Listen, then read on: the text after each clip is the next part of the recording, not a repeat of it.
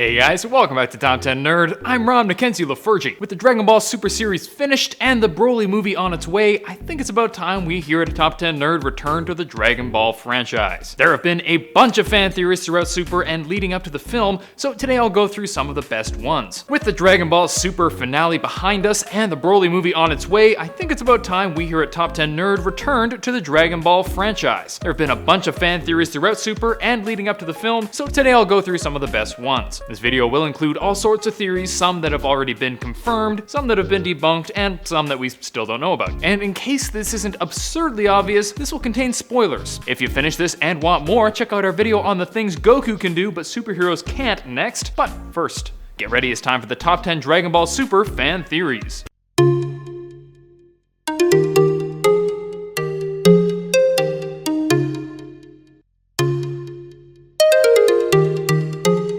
Number 10.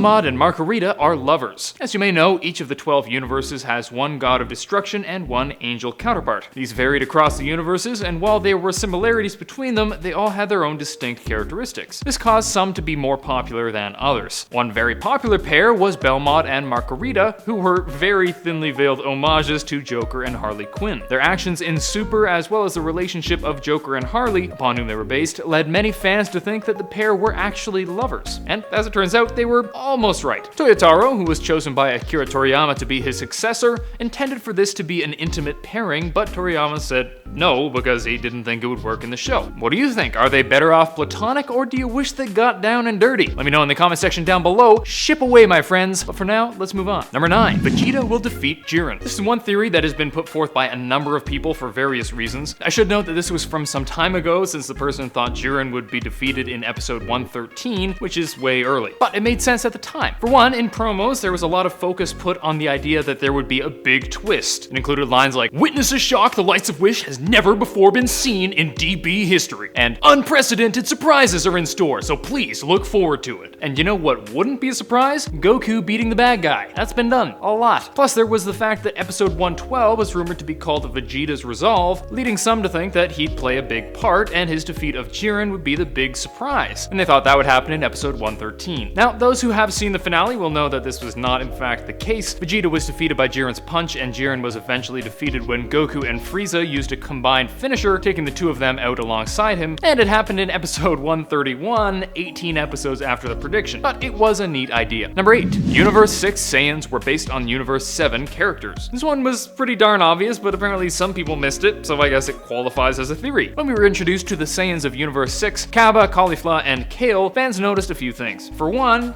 the creators had clearly stopped even trying to disguise the fact that they were named after vegetables. The Kale, really, Universe 7. But aside from that, they noticed that the characters seemed to bear a striking resemblance to Saiyans from our universe, Universe 7. Specifically, Kaba is like Vegeta, Caulifla is like Goku, and Kale is like Broly. There are certain differences, of course, but it's pretty clear that there was an intentional homage there, and as the arc progressed, it became even more evident that this was the case. Number 7. The Grand Priest is the real villain of the Tournament of Power. The Tournament of Power has been very significant in Dragon Ball Super and has also been the site of some pretty far-reaching fan theories. One big theory that many believed was that it would turn out that the Grand Priest was the true villain, since he had been acting kinda suspicious, like he was hiding something. As it turns out, this theory was half right. He was hiding something, but it was actually a good thing. As you know, the tournament stated that the losing universes would be destroyed, and it's true that would have happened had that been the wish of the winner. But apparently the Grand Priest and the Omni Kings knew all along who would win, and that a kind fighter would make a selfless wish that would save the universes. So they basically did all this just for fun and to test Android 17. And clearly he passed, since he used his wish from the Super Dragon Balls to save all the universes that otherwise would have been destroyed. Which brings us to another theory. Number 6. The winner's wish will save the other universes. When the Tournament of Power began, it was said that the winning universe would be spared and the losing ones would be destroyed. Pretty harsh.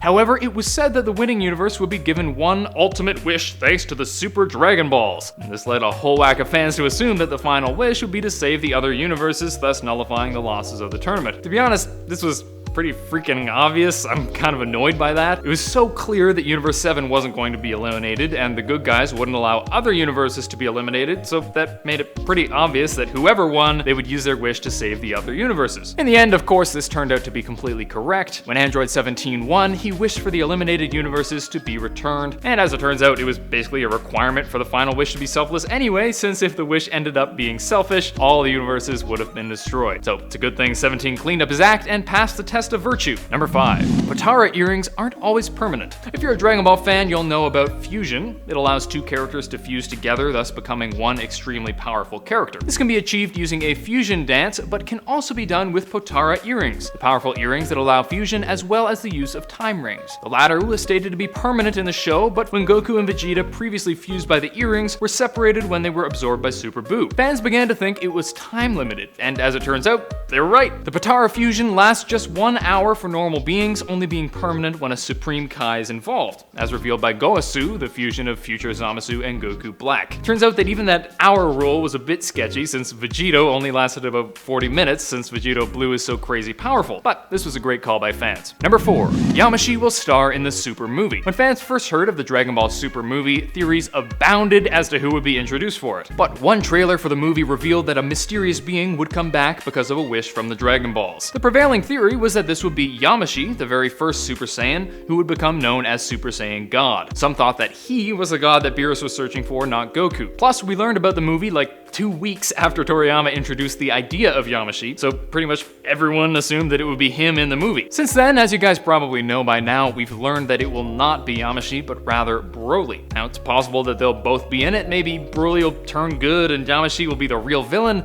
but for now, it looks like this one's debunked. Cool story though, hopefully we get Yamashita down the line. Number 3. Rollie Speculation. As I was saying, there's a new movie on its way called Dragon Ball Super Broly. This will of course be centered around the Saiyan Broly, as has happened in the past, but promo images have led fans to make some theories. Fans noticed that the armor Broly's wearing is almost identical to the uniforms that Frieza's officers wore. Plus, he had a thing around his neck that seemed an awful lot like the control device his dad put on him in the first Dragon Ball Z Broly film. This has led people to believe that Dragon Ball Super Broly might see Broly under the command of Frieza. Some take this even further, thinking that Broly will eventually learn that Frieza destroyed the Saiyan homeworld and will turn good. We'll have to wait to find out. Number 2.